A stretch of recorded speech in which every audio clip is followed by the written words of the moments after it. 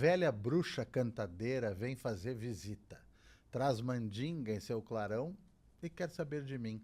Ela vem cantando quase sempre a mesma coisa. Entre ser e ver, querer e ter, partir, ficar. O adeus é um feitiço, é o que me diz a bruxa. A milonga ronda o tempo e a madrugada é insone. Ouço no silêncio a casa murmurar seu nome. Bueno, gente, um prazer estar com vocês. Meu nome é Demétrio Xavier e eu estou aqui para a gente se enfeitiçar juntos com a velha bruxa aqui no nosso Comarca Sul. Cultura, mate e justiça. O nosso programa na Rádio Temes, também pelo YouTube, compartilhando sempre algo de literatura, algo de música, de assuntos da cultura, da identidade do nosso continente e desse pedaço em particular dele. E com o prazer de contar sempre com alguma visita, alguém que generosamente vem aqui na beira do fogo e conta sobre as suas coisas, conta sobre os seus feitiços, conta sobre o que está fazendo, enfim, sobre o que ele ou ela quiser. Hoje, quem vem nos visitar é o compositor, o cantor, o músico Vinícius Brum. Muito obrigado. É um prazer estar aqui contigo. Sempre as nossas prosas rendem Pois é, né? um bocado, assim, né? Espero que a gente esteja inspirado, como temos estado nos últimos encontros. Assim. A gente se inspira pelas velhas bruxas, né? É teu aquilo que nos deu a nossa inicial. Eu gosto de chamar essa nossa introdução de inicial, né? Em outro espaço eu chamo de ó de casa, como aquela saudação que se dá da porteira, mas aqui é inicial porque a gente pega emprestado o formato de um processo, né? A gente está no ambiente do judiciário e a inicial provoca tudo, começa tudo. E a nossa inicial falava em velha bruxa. E depois falava em milonga. E era tu que estava falando, era o autor ali. Quem é essa velha bruxa e seu feitiço, seus feitiços?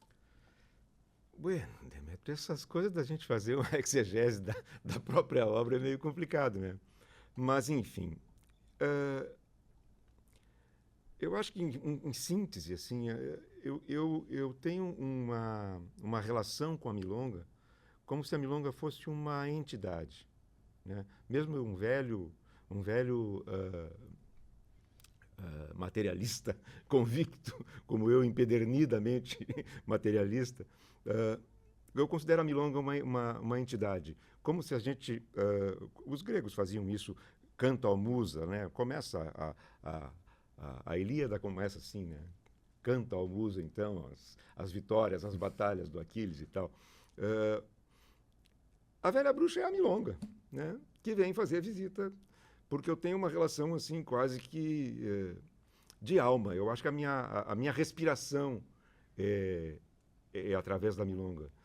Dia desses a minha mulher me perguntava: será que tu consegue te desafiar e construir alguma coisa que não seja assim tão melancólico, né, do ponto de vista textual e do ponto de vista musical também? Eu digo, acho que se eu me violentar um pouco, eu consigo, mas eu não quero. Não. Eu respondo, tomara que não, né? Uma coisa mais ou menos assim. Para mim é um colorido sensacional, sobretudo pela forma absolutamente natural com que tu diz isso, que essa metáfora e essa sensação, que não é só a metáfora no texto, esse sentimento da bruxa e do feitiço brote de parte de um materialista convicto e consciente. Isso é muito interessante, porque aí talvez a gente esteja desenhando o lugar da arte, né? Não é pelo lado místico ou de qualquer outra ordem. E a arte é... Eu vou provocar ele agora. É a tua farinha... Eu sempre falo em farinha quando eu encontro o Vinícius Brum. Vocês não sabem disso. Sempre alguma coisa de farinha eu falo. Mas é o teu feijão com arroz, é o teu material desde muito novo, desde muito cedo. Na música, no texto. Queres falar um pouco disso? É bom, é oportuno isso. Eu queria só voltar um pouquinho antes. Esses tempos, numa mesa dessas de amigos, enfim, acho que saímos para jantar, não me lembro bem em que situação foi, que também não veio um caso, numa reunião de amigos, enfim. onde eu disse essa mesma questão, dessa coisa de que eu sou um materialista. O assunto era outro, evidentemente. E que eu era um materialista, meio que empedernido, assim, meio que arrogante, às vezes, talvez. Mas não quero convencer ninguém disso e tal. Não sou, como dizia o Saramago, um colonizador do outro.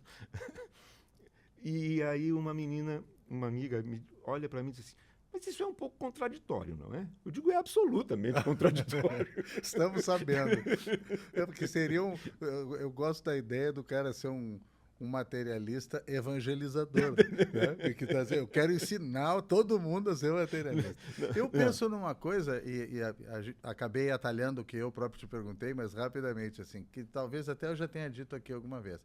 Eu sou encantado com aquela passagem do Ciro Martins, em que os gaúchos, completamente hereges, carneiam, além de churrasquear, carneiam na Sexta-feira Santa, que não pode, né? E aí eles carneiam e mostram a faca pro céu enquanto carneiam. E eu digo, tá, mas estão mostrando a faca para quem? Para quem? Né? Essa contradição tá aí, né? Para quem se tu não acredita? Exatamente. Mas enfim, as velhas bruxas da arte vêm no teu garrão há quanto tempo aí? Bom, de que forma? Eu sou um apaixonado pela canção desde muito menino mesmo, desde que eu acho que ali pelos 10 ou 12 anos que eu comecei a aprender um pouquinho de violão. Mas a arte, a música entra na minha vida desde cedo. Quando eu vou para o colégio, aos 6 anos de idade, nós morávamos em Bento Gonçalves, em função do trabalho do meu pai e da minha mãe. E quando eu vou estudar no Colégio Marista Nossa Senhora Aparecida, que ela está lá até hoje, tem uma seleção de vozes infantis para um coral polifônico que o colégio tinha, que cantavam desde meninos, eram só meninos naquela época, eu acho que hoje já deve ser misto, mas naquele momento o colégio era só para meninos. Então, havia uma seleção de vozes infantis para participar desse coral, que tinha desde meninos de 6 anos, como era o meu caso, até homens maduros. Tal. Tinha um pai de um colega meu, que era um tenor maravilhoso e tal, que cantava no coral também. Eu fui um dos selecionados para cantar. Então, isso olha só que coisa interessante. Isso é por ocasião da primeira Fenavinho, em Bento Gonçalves. Nós viemos a Porto Alegre para gravar um LP. Que beleza! O coral polifônico Aparecida veio gravar um. Aí nos apresentamos na TV de Porto Alegre, acho que na TV, extinta TV Piratini. Bah, já batizou de TV, de estúdio, de tudo? De tudo. Com que idade isso é? 6 anos. Com 6 anos. Isso não se faz. Isso. Marcaram na paleta, agora vai. E aí, a partir desse momento, eu convivo sempre com a música, né? Claro que eu vou me apaixonar pela canção e vou elaborar essa reflexão muito tempo mais tarde, né? Eu me apaixono pela canção ali, no auge digamos assim, da música popular brasileira, final dos anos 60, por aí, quando eu tinha em torno de 10 anos. Aquela coisa dos festivais, enfim, né? Chico Buarque, Gilberto Gil, Caetano Veloso, e essa leva toda de gênios que esse tempo, essa geração acabou produzindo, né? E eu acho que a minha paixão pela canção vem por aí. E depois, muitos anos mais tarde, né? Quando eu me torno eu digo, eu vou fazer isso da minha vida, né? Quando eu vou participar da 10ª Califórnia, em 1980. A magnífica 10ª Califórnia, né? Califórnia. A Califórnia que todo mundo... As pessoas falam na 9ª e na 10ª, mas eu acho que a 10ª é brutal. Não, e a partir da 10ª... A 10ª é um LP, assim, magistral, porque todas as canções... 12 calhandras. 12. E tem, eu acho, um marco histórico, que a partir da 10ª Califórnia é que o movimento começa a eclodir mesmo, né? Que começam as outras cidades né, do estado, como Santa Maria, Cruz Alta, Palmeiras das Missões. A partir daí... 80? 80. 81 a Tertúlia, 82 a Coxilha, 83 o Musicante de Santa Rosa. Então, houve uma época que, principalmente ali nos anos 90, foi, digamos assim, a efervescência desse movimento foi muito grande. E a partir daí eu venho fazendo as minhas canções, participando de festivais, e, enfim, né, fiz a minha vida por aí. Depois tem um interregnozinho ali que eu fui trabalhar um pouco na questão da gestão cultural no setor público. Voltei para a academia para estudar, né? Eu tenho mestrado em literatura e um doutorado inacabado por absoluta preguiça. Um doutorado esperando. Esperando, né? Eu cansei de me chamar de doutorando. Tá um negaciando o outro. Parece o Martim Fierro falando do índio. Eu desconfiava dele e ele desconfiava de mim. Os dois se negaciando o doutorado e tu. Mas, enfim. Nesse meu percurso pela academia, eu acabei indo estudar a canção popular, né? Teoricamente, tal, embasar isso, enfim. E a partir daí, evidentemente que eu faço parte de um pensamento de pesquisadores ao qual eu acabo me filiando por identidade, assim, por me identificar com aquilo, de tratar a canção como um gênero híbrido composto por literatura e por música, né? Uma vez a literatura amarrada pela música se torna uma outra coisa que vai ser indissociável. Mas que, de todos os modos, permite que as pessoas possam pensar em um grande cancionista ir para a Academia Brasileira de Letras ou um grande cancionista ganhar o Nobel de Literatura. Exatamente. Essa é a... Que é um momento importantíssimo para esse pensamento, é claro, né? Apesar dos mais puristas e alguns amigos que eu tenho, assim, muito perto do coração, assim, pessoas muito preparadas, talvez muito mais preparadas do que eu, tenham torcido o nariz para o Bob Dylan, Prêmio Nobel de Literatura. Mas engraçado isso, né? Para mim, eu penso muito mais a canção como literatura do que como música. E eu, pessoalmente, torço o nariz para muita gente da academia que não são os cancionistas. Falando nisso, vamos fazer um híbrido desses aí? Agora que eu gostei dessa história, que a canção é um híbrido de duas linguagens, né? Então, eu vou contar uma historinha antes de cantar essa música. Porque eu acho que essa canção é a canção que me autentica, digamos assim.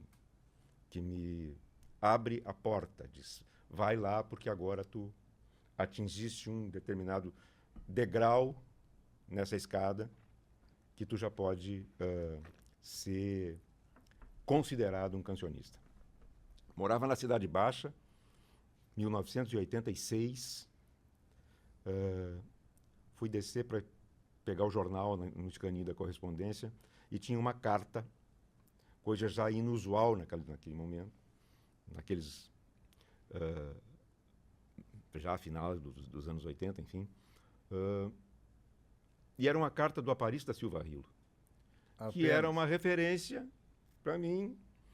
Eu o havia conhecido já anteriormente, coisa dos 2 ou 3 anos antes, mas não tínhamos travado nenhum tipo de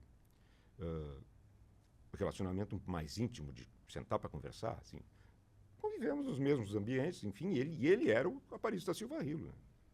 Um dos escritores mais importantes do Estado, um dos poetas mais importantes do Estado, principalmente nessa questão, quando a gente trata da cultura regional.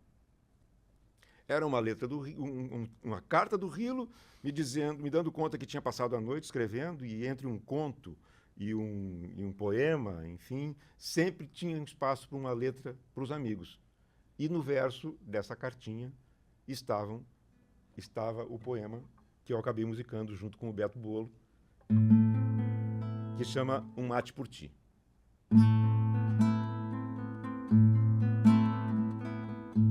Na bomba do mate ficaram teus lábios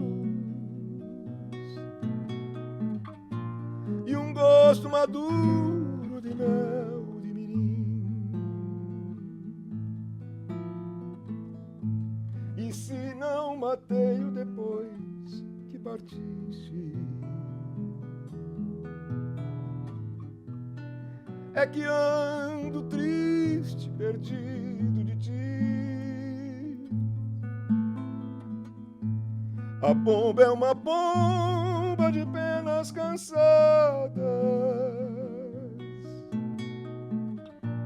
e a cuia morena seu ninho vazio. E agora que foste, chegou o inverno, e as águas do mar te tiritam de frio. Às vezes meus lábios recordam os beijos que a bomba trazia de ti para mim. E o mate de ontem me lembra que tudo que é doce a princípio se amarga no fim. Por outras me indago se não vale a pena trocar um capricho por um chimarrão,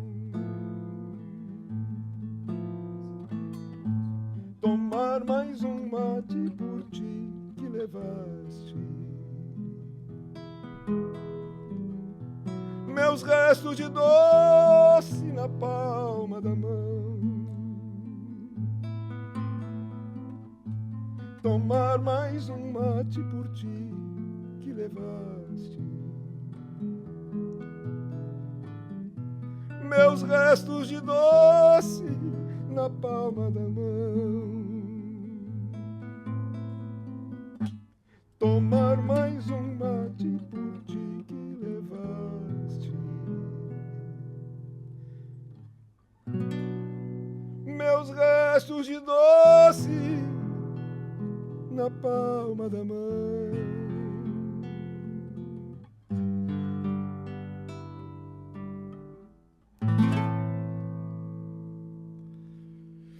Pois é, essa é uma daquelas situações em que tu desarma o profissional que faz, junto com toda a equipe, é claro, o conceito de um espaço como esse, faz a curadoria, o convite, a gente age com aquela rigidez devida, profissional de fato, né?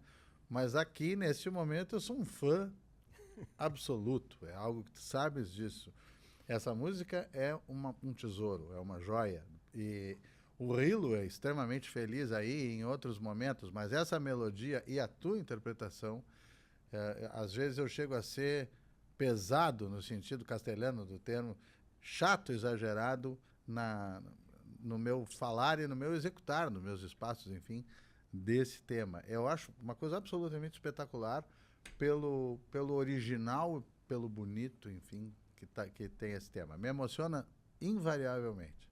E são senhas, eu e o Vinícius não nos encontramos todos os dias, mas são senhas que talvez incomodem um pouco ele. Eu vou falar desse tema, que nesse caso eu nem tinha te pedido, né? Tu trouxeste porque sim, pela tua escolha, pela beleza, certamente com um pouco de gentileza também. Não, eu falo na farinha do formigueiro. Porque lá no formigueiro fazem uma farinha e essa farinha nunca chega. Esse é o problema. A música ele canta, mas a farinha ele não traz. Uma hora nós vamos fazer um assado com a farinha do formigueiro. Mas esse é outro assunto. O Rilo é o poeta inteligente, né? Além do poeta que a gente espera a inspiração, a sensibilidade, que cara inteligente para fazer o Romance do Injustiçado e fazer uma poesia concretista sobre a procissão de navegantes, entende? O semi-concretista. Realmente é brilhante, né? Esses encontros, tu és um cara que escreve cada vez mais as canções, tem a tua letra, mas tu também lidaste com algumas feras do texto, né? São duas dimensões interessantes, ou é uma só, não sei o que tu diria disso. Às vezes o Vinícius está no texto, às vezes o Vinícius está com grandes parceiros de texto. Queres falar disso? Isso é importante, eu acho, porque talvez eu tenha aprendido isso com eles. E esses eles são, evidentemente, o Aparecido Varrilo, o Antônio Augusto Ferreira e o meu parceiro, talvez o mais efetivo, digamos assim, por um determinado tempo, principalmente em função do grupo que a gente acabou criando, que ele acabou criando, né? Porque eu acho que todas as canções do Tambo do Bando, todas elas são dele. Chama Luiz Sérgio Metz, que nos deixou muito cedo, em 1996, com 44 anos, que para nós era o velho Sérgio Jacaré. O Jaca. Que era o Jaca. Então, e evidentemente que eram momentos muito verdes da minha vida, enfim. E a gente está com as antenas abertas para quase tudo, né, nesse período. E foram noites e noites e noites e madrugadas enfiadas, ouvindo, cantando, escrevendo, fazendo música junto. E eu acho que de tanto conviver com essas pessoas, eu acabei... E essas pessoas todas me deixaram num determinado momento, né? Porque é um processo da vida, né? O Aparecido tinha a idade do meu pai, também faleceu bem novo, mais novo do que eu estou agora, né? O Rilo faleceu com 64 anos, o Antônio Augusto um pouquinho mais, ali beirando os 80, enfim, mas hoje não é uma idade, né? As pessoas estão vivendo 90 anos com uma naturalidade. E teve um momento, assim, já da minha maturidade, que eu me encontro sem parceiros, né? E, claro, a gente sempre tem amigos que mandavam letras, mas aí eu já estava noutra onda, que já não estava muito mais interessado nessa coisa de festival. Tinha passado um pouco acho que tinha passado a minha época dessa coisa do concurso, então, de produzir um texto para festival, uma música para o festival lá e tal, porque demandava, sei lá, tempo que eu já não tinha mais, ou talvez até interesse mesmo. E a partir daí, a partir dessa, digamos, dessa solidão, eu começo a escrever também as canções. Então, quando a gente começa a fazer letra e música, apesar de eu ter uns exercícios ao contrário, né, eu sempre musiquei letras desses meus parceiros, né? Depois eu começo a escrever e aí tenho parceiros que musicaram ou tem uma obra autoral só minha. Mas nesse último álbum mais recente álbum que eu lancei, tem eu recebi um tema do Yamandu Costa e escrevi uma milonga em cima do tema que ele me mandou, né? Que é um outro tipo de exercício. Outro caminho. Quando eu faço quase que assim, as palavras vão nascendo cantadas, né? Pois é, cara, tu sabe que pode ser um pouco ousado o que eu vou dizer, falando de algo que tu acabaste de comentar, que é extremamente íntimo da tua biografia, né? Mas esses parceiros que abrem o cavalo, como eu não digo isso só para bancar o gauchesco, eu digo isso porque uma vez uma pessoa me ouviu usar essa metáfora e disse, como eu gostei disso, é uma pessoa que não é materialista, como talvez eu também me definisse, que é uma pessoa ligada à teologia, que disse, pois é, a ideia de abrir o cavalo, dois caras vão juntos, mas daí um vai abrindo o cavalo. Ele já não está, mas ele está em paralelo, de alguma forma, descrevendo uma trajetória quase igual. Ele abriu o cavalo, mas ele está num rumo, né? Essa ideia é interessante. Mas a orfandade dessas perdas aí também autoriza, né? E também, em alguma medida, diz, vai, né? Agora é tu. Ou pelo menos pode acontecer isso, e aconteceu isso contigo. E eu vou aproveitar aqui e dizer algo. Quando tu falasse no Jaca, o Jaca com um texto tão característico, tu fosse num livro que é básico, que é maravilhoso e ainda extremamente desconhecido dele, e tu compusesse esse texto, não é do Jaca, esse texto é teu. Vou ler um pedaço disso e a gente fala disso na medida que tu quiseres. Linguará, linguará, bugre descendente da terra vermelha, linguará, formigueiro em fogo, corpo em oferenda ao Deus dará. Gole de cachaça, gaita sobre o ombro, o bugre se imolava numa encruzilhada, num fundo de fundo fazendo oração. Mais 2 bugres mudos que olhavam tudo, pandeiro e violão. E eu, que não estava, nem ali passava, escutei a canção. Tatanho me ensina a mazurca. Tem mais aqui. Que negócio é esse? Bueno. Por ocasião de umas férias lá em Formigueiro, eu levei na bagagem o livro esse que tu referiste, que chama Assim na Terra, que é um livro que eu leio desde antes dele ser lançado, porque eu acompanhei, junto com outros amigos, evidentemente. Bom, e tu não o leste, né? Eu o leio, quer dizer, é um livro de cabeceira mesmo, e livro de levar-nos a rei. Eu leio desde que o Jacaré ia, digamos assim, liberando para uma crítica mais íntima as primeiras páginas, as segundas páginas, enfim. Então eu vi esse texto ser construído, né, até o livro ser lançado. E a partir daí é um livro que eu visito assim com uma certa frequência. Como isso aconteceu em 2011. Eu estava em férias, num final de tarde, assim, lá no meio do campo. Tem um rancho por lá. Sentado na frente da casa e tal, e aí resolvi pegar o violão para tocar um pouco, e me veio esta imagem desse texto que tu disseste aí agora, que é uma passagem do livro, que eu me lembrei disso, né? Digo, pela questão quase que cinematográfica dessa cena, né?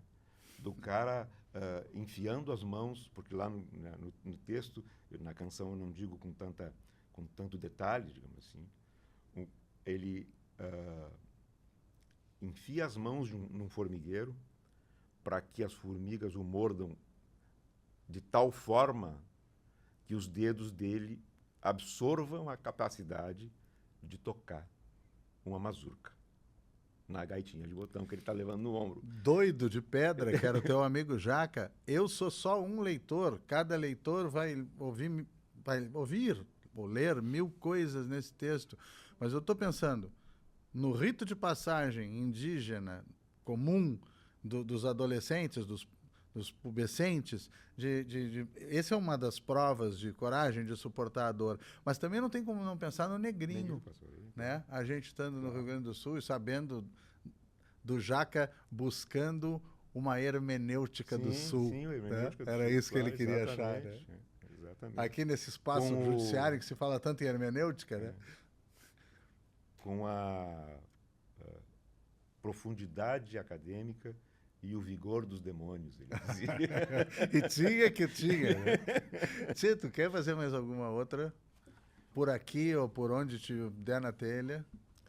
Vamos fazer mais uma aqui, vamos fazer, então, desse álbum novo, a milonga que dá título a esse álbum novo, que chama Milongrafia, né?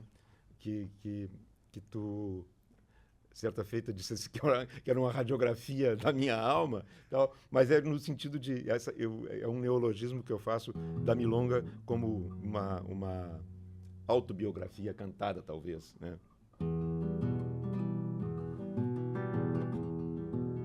Sinto uma leveza não dá, que pode ser saudade. Sei que essa clareza no olhar um dia foi miragem.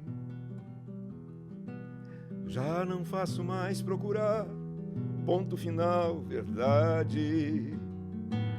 Hoje eu só preciso levar milongas pra viagem. Sempre o que é possível viver está na flor da idade. Cabe a cada um escolher o peso da bagagem.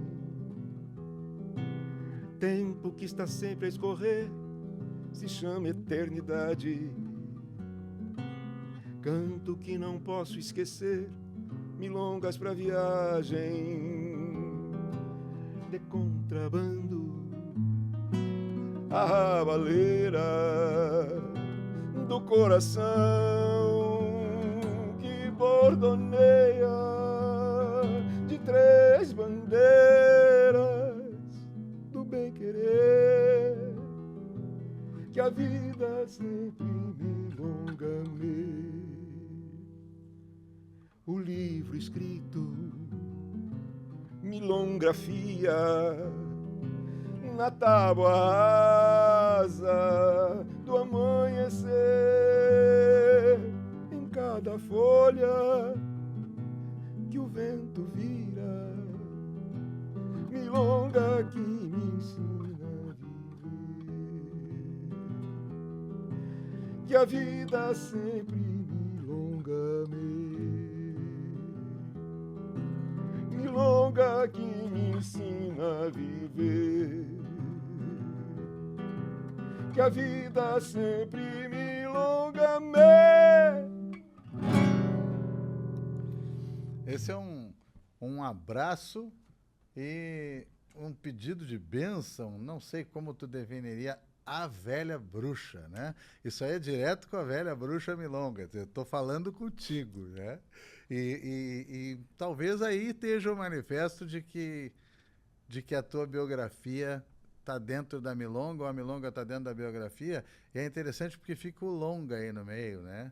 Fica aquela ideia de uma longa. O Levitan tem uma obra que se chama Minha Longa Milonga, né? A longa biografia talvez esteja aí. O Citarroça forçava uma definição de milonga, que era a junção das palavras gregas melos, melodia. Eu ouvi isso da Suma Paz. E longa, larga, né? Que era melodia larga. Inclusive tem uma obra dele chamada Melodia Larga. Belíssima, né? E a gente anda em dias de recordar o E nesse texto, Demetrio, eu faço assim tem uma série de referências subliminares, assim, que são as milongas que eu acho que fazem parte desta casa, desta entidade, tua, inclusive, desse com tempo. milonga mesmo. Eu até me autorrefiro, né? Mas tem a milonga do contrabando, do Luiz Menezes, tem a milonga de Três Bandeiras, do Noel e do Jaime, né? Tem a milonga do Bem-Querer, do Barbosa Lessa, então... Fantástico. A milonga do coração, que não é esse o nome, mas que é do Zé Mendes, né? Que é milonga, saudade... Bom, milonga da saudade. Você não lembra? As outras muito claras, assim, né? Porque tem algumas coisas fantásticas aí do diálogo com o mundo platino, das coisas mais com o nosso formato, daquela ideia de que no Rio Grande do Sul se saiba que existe uma infinidade de possibilidades ao lidar com o milonga, que não é só aquilo que se conheceu numa época que era muito parecido, e isso no teu trabalho é muito claro, né? Inclusive com o arranjo, não são arranjos super sofisticados, mas tu percebe ali que tu tem muita coisa para tirar dessa velha bruxa e seus feitiços, né? A gente vai chegando no laço de chegada, né? E isso sempre incomoda um pouco quando a gente está escutando o que está escutando de ti, tanto no que tu dizes quanto no que tu tocas. É claro que a gente vai te pedir que encerre o nosso programa cantando também. Mas antes, além de te perguntar, de te pedir para dizeres o que tu bem entenderes sobre o novo trabalho, sobre o que tu está armando, o que tu está pensando para mais adiante, enfim, sobre o que tu quiseres. Eu quero te fazer uma pergunta que as pessoas já sabem que eu sempre faço a quem vem aqui. Nós estamos na Casa da Justiça. É claro que eu não quero pensar em termos judiciários da estrutura, da instituição, não é nada disso. A justiça no seu conceito mais amplo, na sua definição mais ampla. Eu te digo justiça, o que te vem à cabeça? Bom, eu vou começar pela Bíblia. O velho materialista vai começar pela Bíblia. Olha, né? Aí. O reino do céu seria dos justos, né, e não dos ímpios. Dá para passar pelos gregos lá, que Sócrates prefere morrer do que se defender de algo que ele não havia, que ele julgava não ter cometido, né? aquela coisa de corromper a juventude, enfim, ir contra os deuses e aquelas coisas todas. Ele prefere não estar lá naquela apologia de Sócrates, que é maravilhosa, quando lhe cobram isto, meus amigos lhe cobram, mas tu tem que te defender dessas acusações. Não, eu fiz isso a minha vida inteira. A minha defesa é a minha vida. É. Mas também dá para lembrar, trazendo talvez aqui para um tempo mais próximo da gente, mas não tão próximo também. E aí, pensando na palavra justiça, justamente na questão das leis, né? Tem uma frase do James Madison, que é um dos pais da pátria norte-americana, lá junto com o Washington e com o Franklin, que foi o cara que escreveu a Constituição norte-americana, que diz, se os homens fossem anjos, nós não precisaríamos de leis. Assim é, sem dúvida nenhuma. Por favor, se quiseres dizer para as pessoas, para mim, para a bruxa... Essa milonga chama-se Alma Milongueira. E é uma das primeiras que eu volto a fazer quando eu saio daquele meu período, que eu cheguei a comentar aqui, de gestor público na área da cultura. E aí a gente volta meio cheio de dedos, duvidando da gente mesmo, né? De que ainda gostem da gente ou não, enfim. E eu escrevi essa Alma Milongueira nesse sentido, assim, não está direcionada a ninguém, ela é muito mais uma forma de eu me reencontrar com esta velha bruxa, mas não é a velha bruxa que eu vou cantar a Alma Milongueira. E a gente, agradecidos ao Vinícius Brum e a todo o feitiço que rolou por aqui hoje das velhas bruxas da milonga, fica por aqui até o nosso próximo Comarca Sul. De quem não me gosta, não guardo cuidado. Além das palavras, tudo vai sumir. Se é indiferença, preferência ou moda, ao que me incomoda, deixo de existir.